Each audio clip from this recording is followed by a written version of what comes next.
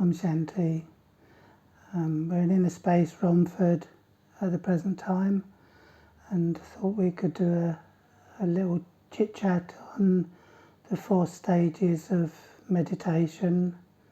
The 4 stages of meditation are basically initiation, meditation, concentration, and realization. And I remember seeing this picture hanging on the wall in the 80s when I first came to Raj Yoga, and it did intrigue me, and I think it captivated me more than any other picture. And it was a picture that was quartered into four quarters, and there was a lady in a white sari sitting in a meditation position, and the initiation was when you saw a clear picture of her in a white sari, and she was just sitting there and filtering out thoughts of herself, connecting to the source of peace and love. And as it went into meditation, her whole demeanour and her aura became brighter, and her physical image became less and less severe. It started to fade, and as she achieved a concentration, she was almost disappearing from the body, and the actual silhouette of her body was still there. And when she achieved the realization stage, it's as if she had virtually disappeared from the body as she went on her journey. And so this, as I say, captivated me, and I've always wanted to achieve that state of realization where you're actually moving deeper and deeper into awareness of the self and the self's spiritual father, the Supreme Being. So that connection recharges the soul, basically. And the realization is a powerful form because nothing of the outside world can pull you away from that realized form.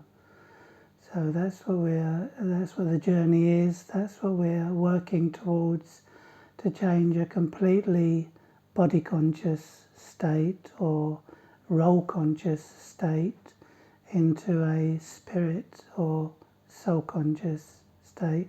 There are no secrets really, apart from the fact that you're just filtering out a different way of thinking, and that different way of thinking is your processing is actually taking you inside to a state where you're less affected and then not affected at all. And so the initiation is when you filter out the thoughts of being a soul, an eternal, peaceful being of light at the centre of the forehead. And at first your feelings start to become active, and the peace within starts to become more real, and you start to think in a different way, that you're actually thinking as a soul, speaking as a soul, eating as a soul, speaking to another soul, and you start to get this impact on the negative body conscious or role conscious state that we're actually, and every human being is, in bondage to. So meditation is just about producing a pure thought. And when I say a pure thought, it's a pure thought because it's about your pure self. So you're actually communicating by having a relationship with the pure self, not the self that we've actually think we've become, but the self that is quite foreign to us, quite alien to us, almost like you're being introduced to an angel, in a way, to a very high divine being, and that's the way you start to perceive yourself as a peaceful, powerful, pure, loving and free being playing a role in matter. And that becomes like a meditative state, which is the second stage, where you're mediating. Basically, you're mediating between your old self and having thoughts of your new self. So you're meditating, becoming captivated by this new identity that you're creating for yourself, and the thoughts would slow down, the thoughts would become cooler, calmer, your relationship with yourself would be better, more worthwhile, a greater level of self-worth, a greater connection to your pure heart, which is filled with unending love, an abundant feeling of pure love that's within the self, and you're being captivated by the wonder of the self, just like people talk in their love songs about the wonder of you, and you're actually processing the wonder of me. And of course, in a body conscious state, it may appear to be quite egotistical, but in a spiritual dimension it feels right, because it's at the right time. It's at the time of need, when the love is being torn apart. Basically, the concepts of love and the opinions about love are so many, and so just to meditate on the pure love of your pure heart is very captivating, motivating. You create a lot of enthusiasm from that connection, and so the way God sees you in a pure way is the way you're beginning to see yourself, which leads to a concentrated state where the thoughts start to disappear as the feelings become stronger and stronger, and love starts to emanate for every soul, really. There's compassion bar none, there's empathy bar none, there's no biasness or selectivity about it, because it's coming from a place that's very pure, as in your own true pure heart, which is all in this tiny point of light, which is visiting the role that you're playing. And it feels very genuine that you are a visitor or a guest to this planet, and the feeling of treating the planet and others in a more respectful way, because you're actually building your own character of self-respect. You're your own self-booster, if you like.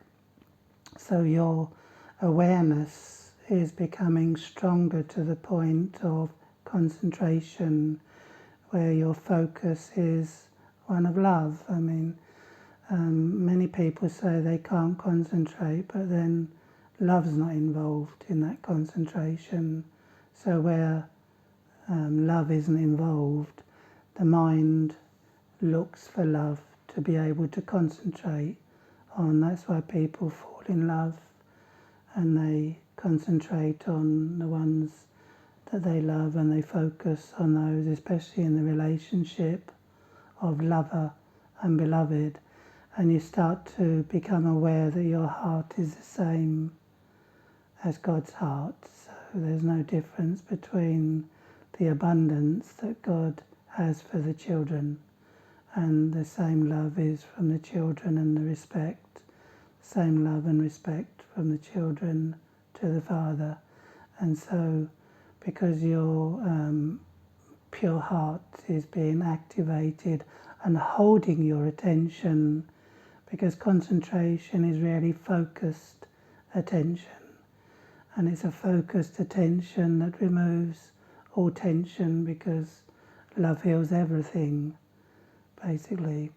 and your thoughts of I am a soul, peaceful by nature, loveful by nature, joyful by nature, are now the feelings are being are captivating the self. The feelings are pulling you, so you become concentrated on it, and it becomes concentrated on you as well. So there's no difference between, the effort is becoming less. Love always removes the feeling of effort because you're getting the reward of your effort at the same time as you're processing the effort. The reward and the effort are coming together as one. And thus you achieve a state of realization whereby you don't think I am a soul, a resident of the home of silence, a child of the Supreme Soul, the Supreme Father, but you actually fly home, you fly away from the body, and you're floating in a state of bliss, and you're floating in the love of God's heart, and it's like two hearts beating as one because they become the same feeling. And so God doesn't need to have the thought of being a loving soul, and we have to be told that we are loving, peaceful, divine and pure beings, but God doesn't have that problem. But it's a problem to us because we need to be convinced by it time and time again. And I guess because it's self-realization, the reality, which is in the word realization, your real I, is that you can only create self-realization for yourself. That's why it's called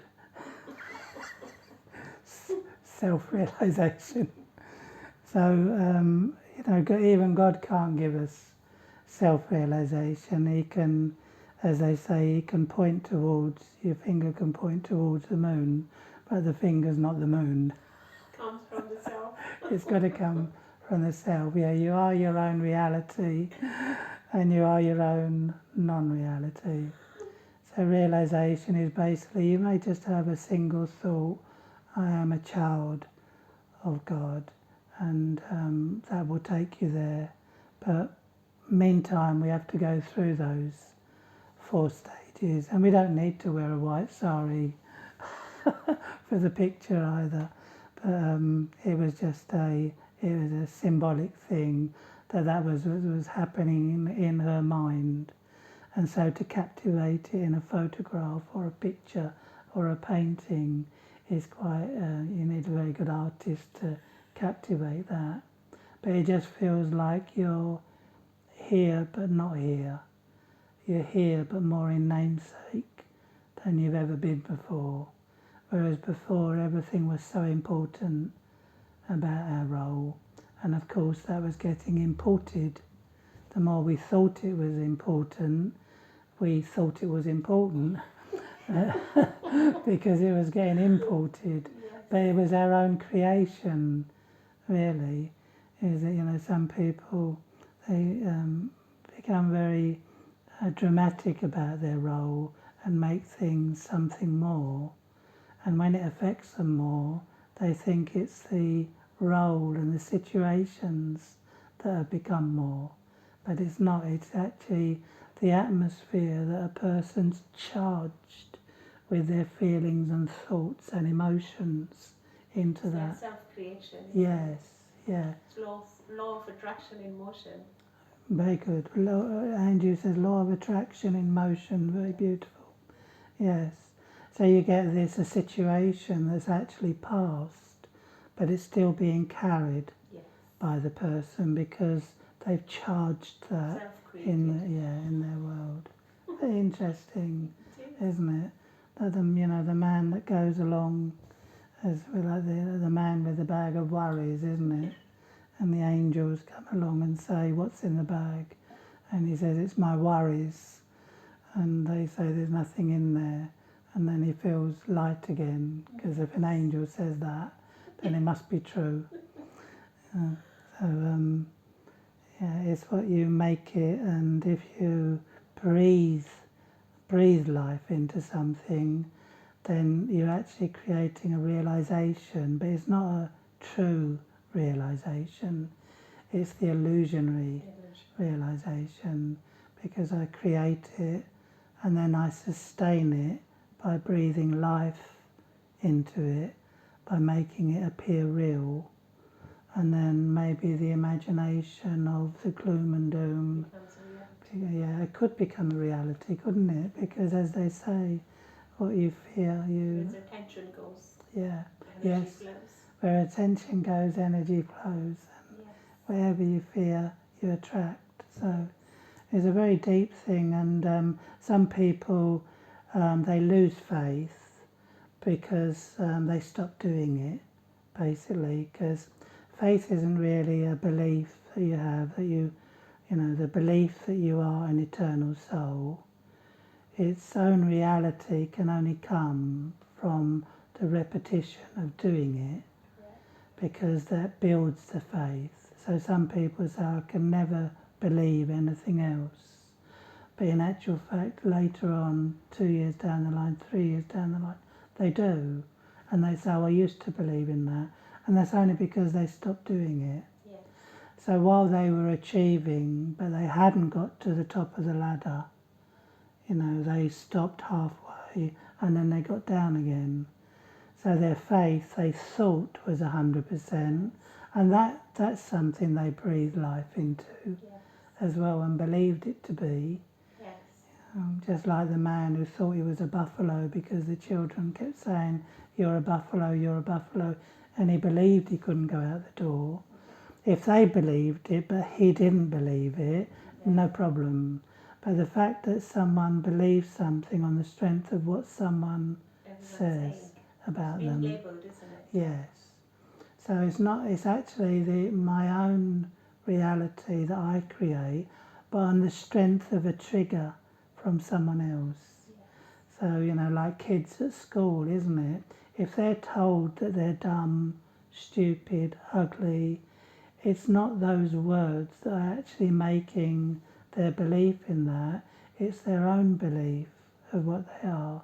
But no one really has explained, before we, you know, got all this knowledge in its clear-cut form, nobody explained that we actually create that for ourselves. And they'll go home and they'll say, you know, this is what the children said to me, mummy, this is what my own friends said to me, mummy. And later on in life they might even say, I've always believed this. Yes. You know, that I'm dumb, stupid, and that I don't belong, that sort of thing. And you create your own sense of belonging, because no one else can do that, because it's self-worth. So you might be my catalyst, Yes. and you might be my guiding light, but until I actually do it myself with authority, with determination, with faith, then it can't actually be connected to the self. Yes, you can't make it happen. No. So, any questions at all to round this up, Andrew? Yes. What was the easiest way to initiate, first of all? To initiate would be really kind to yourself, and be really kind about others, no matter what anyone says about them, and to feel fortunate about the situations that you're in as being tailor-made to show your greatness, your role that you play. Everything about your role is there to make you great. It's not to make you great, make it great on your nerves. Yeah. It's to make you great. It's not there to make you break. It's there to make you actually strengthen you. Yeah. There's a little joke about it where someone says, someone does a very bad performance, and the other person says, great, doesn't he? Yes. Yes. So everything about your role is tailor-made for your own stability and ability, your own climb to perfection. And without that role, you couldn't achieve that, because that's the thing that was created by you from your past that was going to arrive for you to untangle. So we tangled it, Yes. and then we untangle Our it. ability to Yeah. untangle. Because this was always believed about what God has given me, isn't it? And obviously, as God has given me, then only God can save me Yes. from it. But then when I know that I've tied the knots, This is my own creation. I know that I'm the only one that can untie them. Then the blame game finishes. Yes. And then you take responsibility for your own actions. Perfect. So therefore, perform actions carefully, which is going to bring the benevolence. Yes. Nothing. Yes. Nothing else. Yeah, it's taking responsibility for your own role, and also the people that are around you are actually needed, and they're actually needed at the time they walk on stage. You know, it's that deep, whereby a person will come in at a certain time, they'll go out again, they'll go to work, and they'll come in, and then someone else, they'll go out, the daughters or the sons or the brothers or the sisters or the aunt will come and visit, and there's something to it that's there for me and for them, whether they know it or not. But that's how meticulous the journey is, how accurate the journey is. The drama is 100% accurate at everything that happens. Just like we were meant to meet up here today. We didn't know that we're going to. Yesterday we didn't have that inkling, that idea, but it was meant to happen, and this has happened from that. Like Krishna said, "Jo hua cha hua, jo ho raha hai acha ho raha hai, or jo hoga wo acha hoga." What is that? Like whatever has happened was good. Yes. Whatever is happening now is good. Yes. And whatever will happen will be good. Be the, and the best, yeah. Yeah, because you're going back to your best. Having a faith in a drama, and then that's it. All will be well. And you can't really lose faith in anyone around you, because they were meant to come on stage at that time, even though they're already on the world stage, but not necessarily in your presence or you're in their presence. So everything is actually so meticulously accurate to the letter, and it's all good. Everything that's happening is good. Even if I see it as bad, if I, and I feel bad, and I see it as bad and I feel bad, but at least I'll work towards letting it go, because I know that good is happening, even though I can't process it. It's good for me. And I remember this. I remember having a storm of my mind that lasted for about 3 days, and it was in Mount Abu, would you believe? And it was the lowest feeling that I've had, because there was stuff coming out, but unless I'd been there, then that stuff wouldn't have come out. And cleansing. Not enjoyable, but yes. Nonetheless, it needed to come out. Yes. Only then the healing can take place, or the cleansing can occur. And I think this is where people actually are in a bit of an illusion, really, where they look for a path of happiness rather than a path to happiness. Yes. You know, because there's a difference, isn't there? Yes. That people come and they expect every day to be wonderful, fantastic, because they found what they were looking for.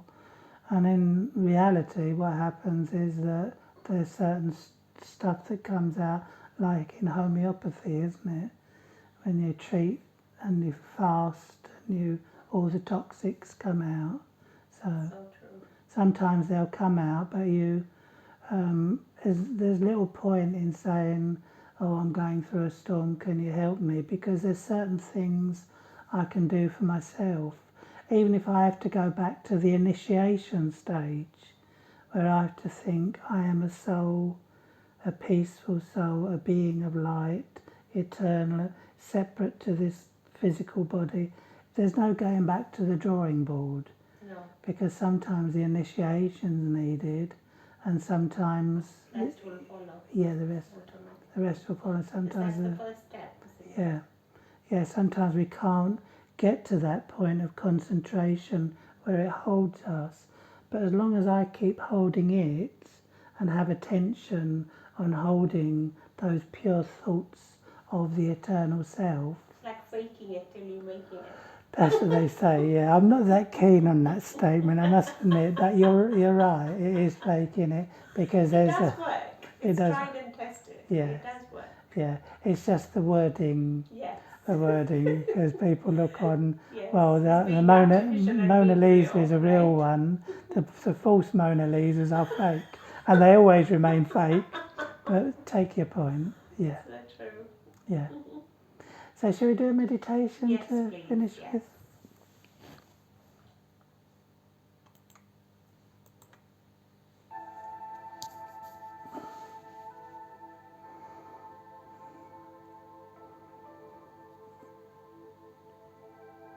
I step back,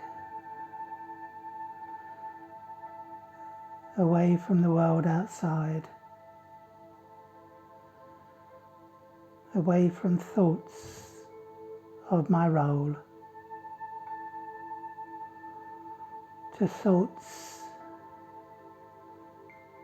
of the eternal soul that is filled with all the lives that I have played and all the lives that I will play. I am that eternal, immortal being of light that sits on the throne of the body at the center of the forehead. I am aware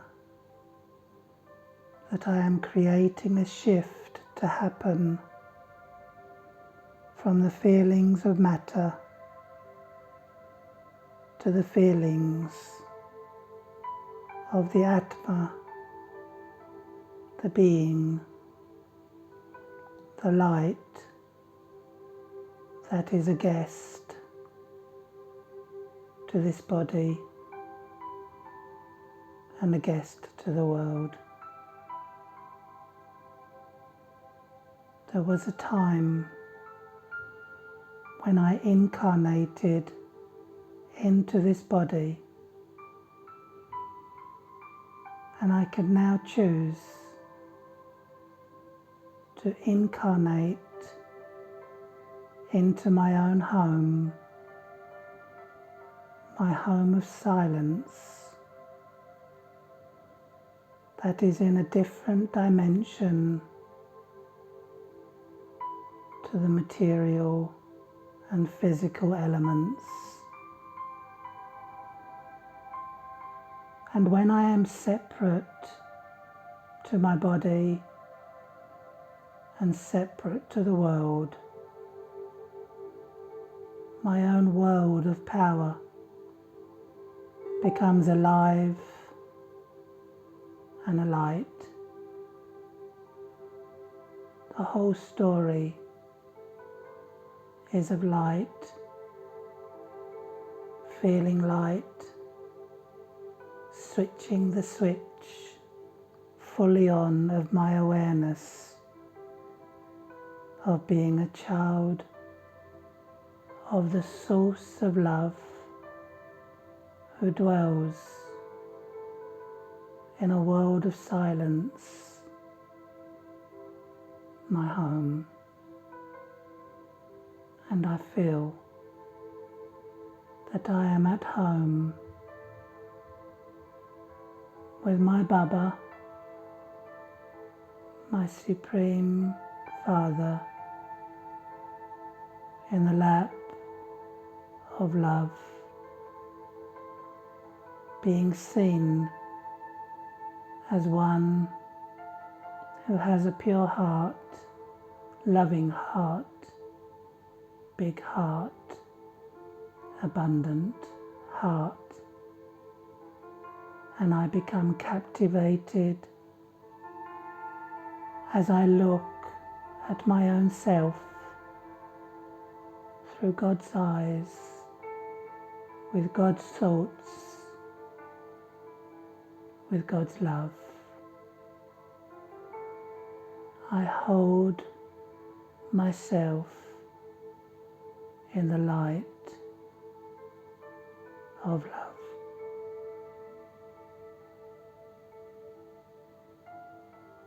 Om Shanti.